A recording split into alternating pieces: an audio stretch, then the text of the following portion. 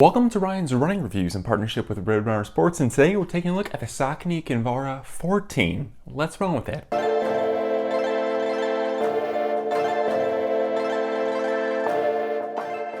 Before we get started, I do want to say that these shoes were provided to me by Roadrunner Sports. However, no one had a chance to preview this video, and the file synopsis is my own.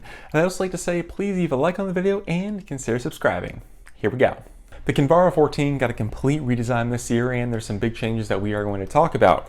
If you're not familiar with the Saucony running shoe lineup, the Kinvara is their lightweight, neutral daily training option. Good for those that want a faster shoe or one that just doesn't weigh anything at all. If you want something a bit more traditional, a bit more kind of substantial, if you will, you can kind of bump it up to the Ride 16, which is Saucony's kind of flagship neutral daily trainer. But today we are focused on the extremely light and extremely nimble Kinvara 14. This shoe costs $120, and we actually get 3 more millimeters of stack height to the midsole, so they beefed it up just a bit. We now have 31 millimeters in the heel, 27 in the forefoot for that same low 4 millimeter heel to toe drop.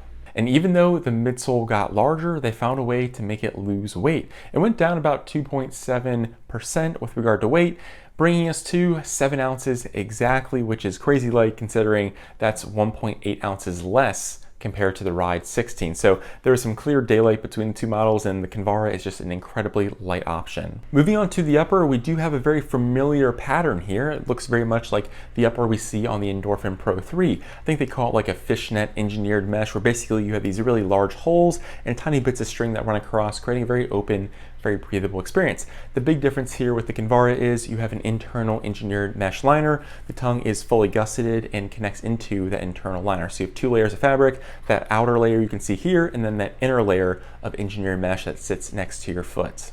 As far as the fit goes, it did fit true to size with regard to length, although I will say it was a rather narrow experience. It does come in wide, so if you have a higher volume foot, you might want to bump it up to that wide edition. The tongue is fully gusseted, like I mentioned before. It's on the more minimal side of things, but has one small trick up its sleeve. It has these small individual foam blocks that run down the center of the tongue itself to help prevent lace pressure. And I think it does a good job, allows the tongue to remain minimal while giving you some additional comfort. And I think the implementation here works quite well. Moving to the back of the shoe, the heel counter is rather flexible and does give you some light cushioning.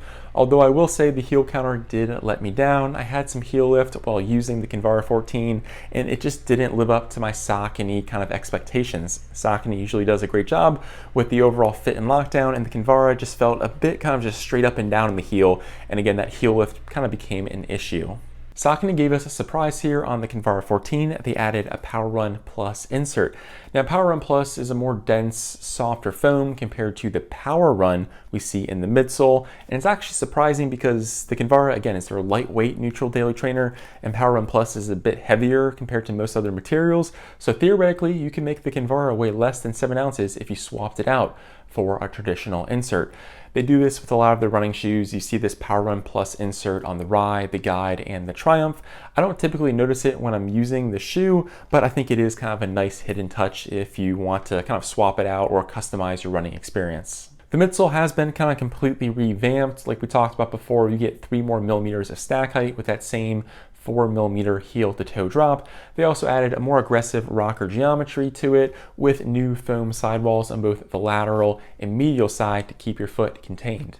And yes, the midsole is still PowerRun foam, which is an EVA based material that does run to the firmer side of things.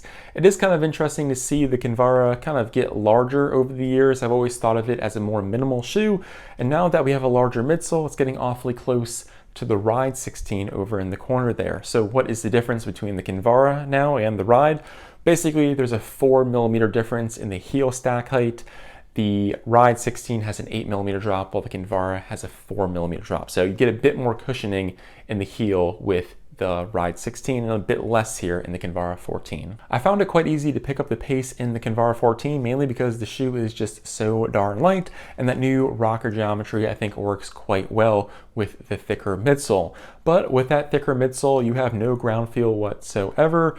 But I think that's kind of a nice thing if you're someone who likes the ride and just wants a lighter option with a similar amount of midsole feel. I think the Kinvara will be right up your alley. But for those that want a true kind of lightweight minimal running shoe, you might be a bit disappointed by this new beefed up option that still, I guess, loses weight, which I think is kind of funny and interesting.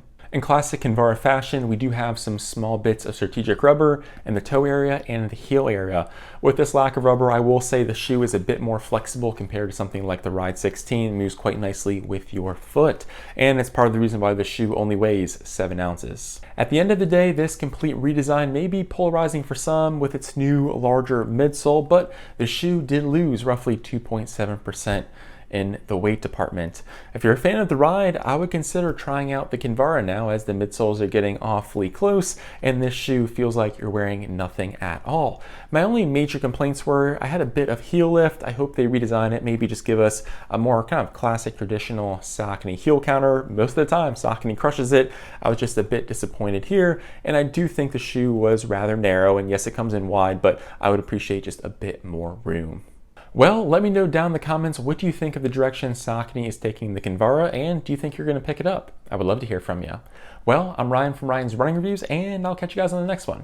Thanks.